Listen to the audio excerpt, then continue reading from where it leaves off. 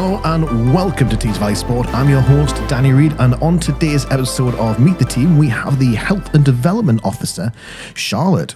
Charlotte, welcome to the studio. Hi, Danny. It's great having you in the studio, Charlotte. Yep, great. It's okay. Don't be too enthusiastic. It's okay about it. No, it's going to be fabulous. So, Charlotte, your role is the Health and Development Officer. What does that role involve? Well, what doesn't it involve, Danny? What doesn't it involve? I cover the whole of Tees Valley, 5 local authorities, and my role is, as the name suggests, predominantly around health. So I would look at addressing health inequalities and challenging inequalities by connecting systems together.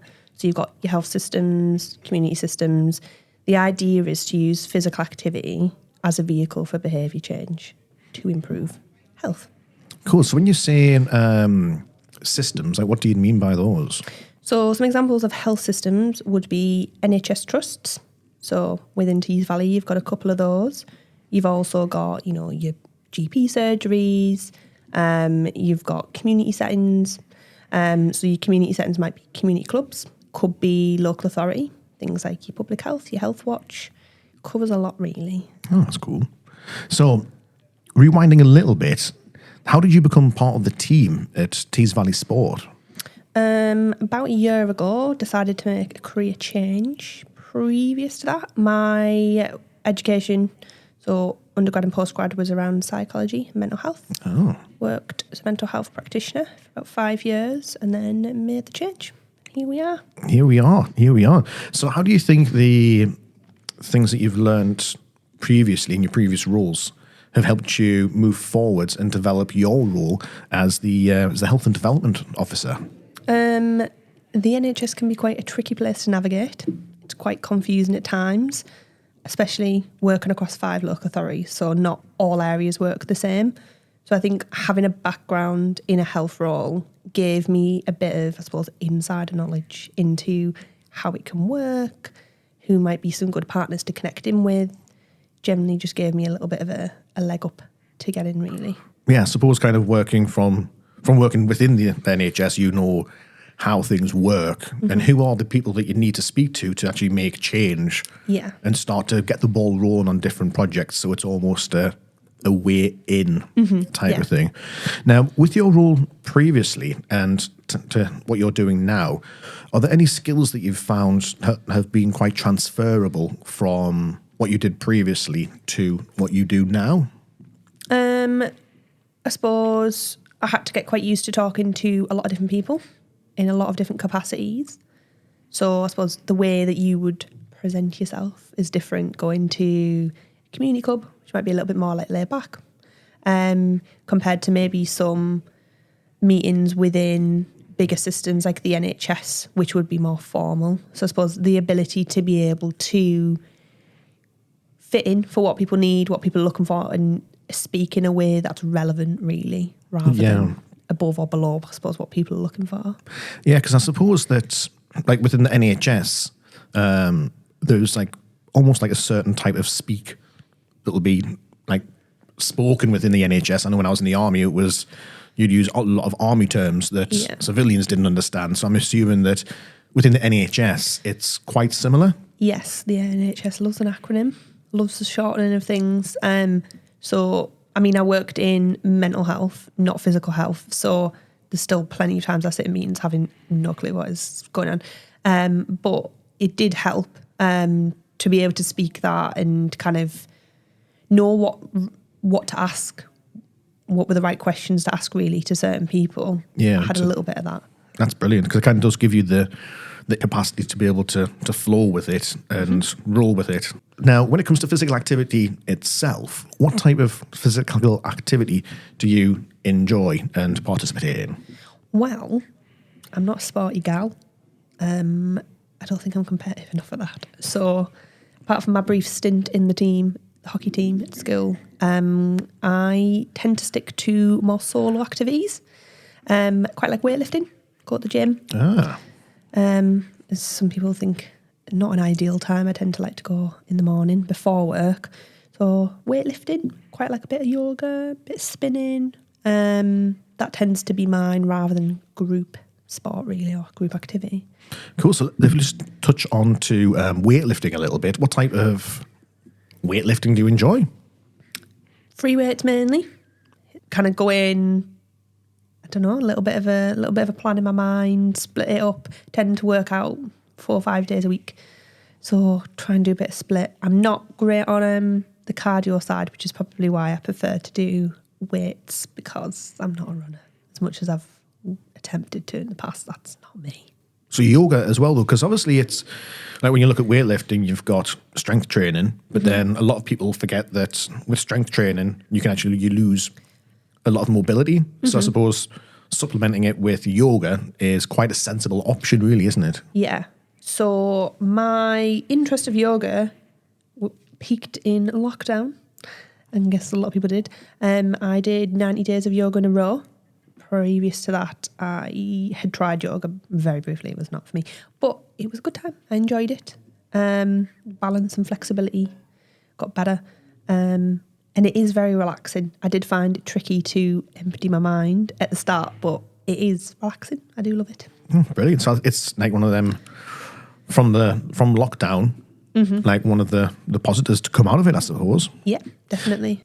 So just looking back at your role itself, I know that we spoke previously about some of the projects that you're involved with and leading on. So one of them is the active pregnancy.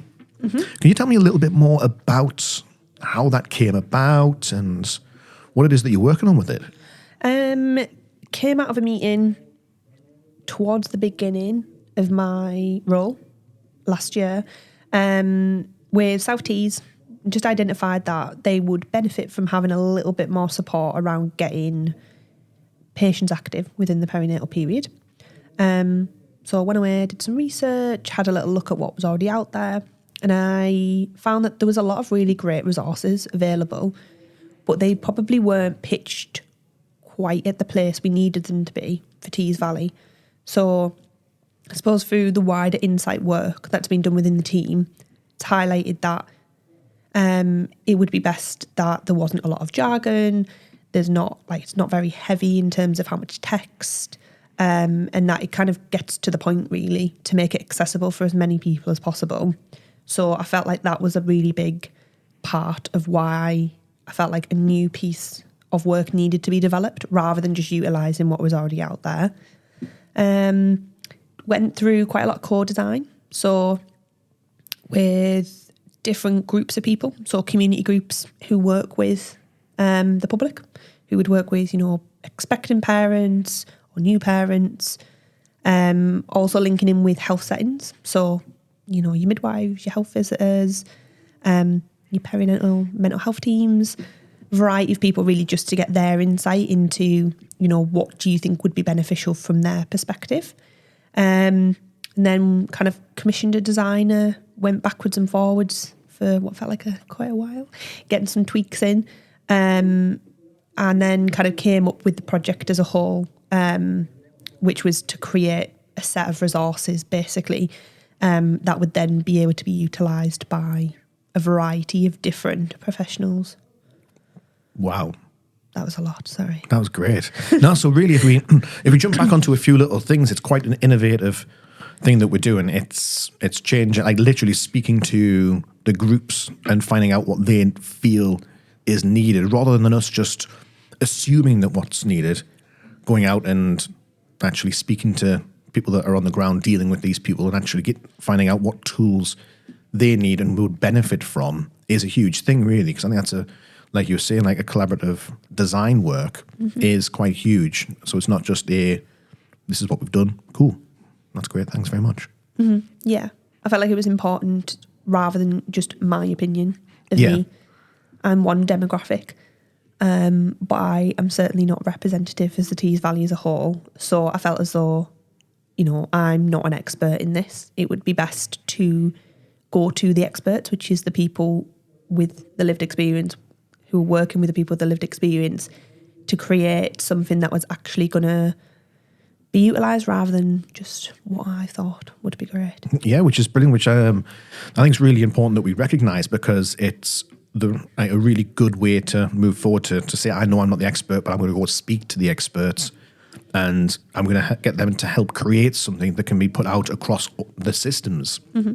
Now, touching on the systems, obviously we're part of the active partnerships, like 43 across the UK. Now, have you had any interest from any of the other partnerships regarding this bit of work? Yeah, so I was suggested to come along to the Active Partnerships Maternity Network meeting. So that's like a collection of active partnership members who are interested. Obviously, not all active partnerships will have, I suppose, a perinatal or maternity focus necessarily. So there is quite a lot represented. And there's a collection. So there tends to be two different types of meetings. One that focuses more around the active partnerships getting together and sharing and learning, and one that's more like community of practice. So outside partners and stakeholders and things would kind of come in.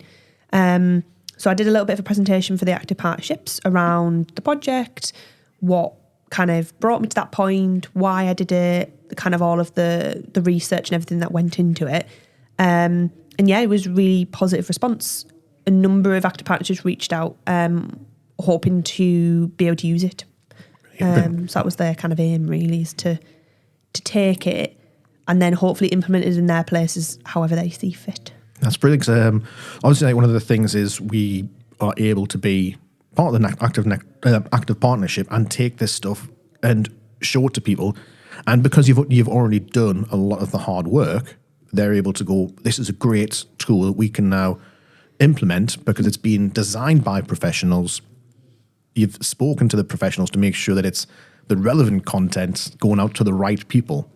So in essence, the Active Partnership Network is exactly what you've just done there, giving us information that can be used across the UK. So this little bit of information that you've created in the Tees Valley area might end up in London, Suffolk, anywhere else across the UK.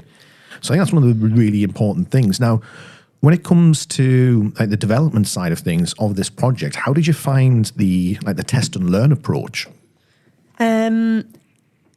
Well, I took my time with it because I think rather than just maybe speaking to a couple of people thinking that's it, that's great, do it, get it out, I wanted to use the test and learn. So I wanted to create something and then go out and almost like test it. What do you think? What's the feedback? Where do you think there needs to be changes? Made those changes, learned from it, put it back out again. And at each time, in each meeting, parents' forums, I was gathering insight as I went. So as much as I tried to do quite a lot of research at the front end, it did mean that at each point all the way through, as it was in development, things kept changing. And I was very happy to do that. I wasn't particularly precious over it. I'd much rather people tell me what needs to be changed. We can, we've done that test, we learn from it, we adapt it, we change it, we try it again until it gets to the point where it's fit for purpose, really. Which is exactly like a very innovation, design thinking type of process that that you've gone through there for that. So well done, brilliant. Thanks. Now you mentioned the NHS and some like the links with mental health. Are there any other projects that you've been working within, like close to the NHS? Yes. So because I came from a mental health background, I myself in a previous role very much saw the benefit of physical activity, which is why this role came up and was quite perfect. But I was quite keen on replicating that in a way that made it more standardised across the services, because I felt as though just because I had an interest in physical activity and personally I saw the benefit, therefore I would use that within my practice. That doesn't mean that all practitioners would do the same, maybe if they hadn't had the same experiences. So I felt that there was a big need to incorporate physical activity in that structured way and integrating it in a way that means that all practitioners can therefore get the training, the confidence, the support to be able to implement it. So within Tees Valley, we've got 2 NHS talking therapy services, and I've kind of was speaking to them independently, and I actually realised, why am I doing this? Would make more sense just to get everyone together. The services themselves had a lot of really great work that was going on. They had some really great goals of what they would like to achieve. And I noticed that actually areas in which they were doing really well, done quite a lot of progress on, and then the other servers, they could benefit from each other, of sharing that whole like test and learn sharing. So reached out to the two talking therapy service alongside County Durham Sport, so another active partnership, and we formed a bit of a working group. The idea being, we're not just wasting time, we're not duplicating work, everyone's kind of coming together and sharing and learning, so we can hopefully get a little bit more of a standardised offer across the Tees Valley. As I mentioned right at the beginning, my whole role is around health inequalities, so it wouldn't be fair for me to say, well, you know, if you live in South Tees, this is the support you're going to get around your mental health. Elsewhere, tough.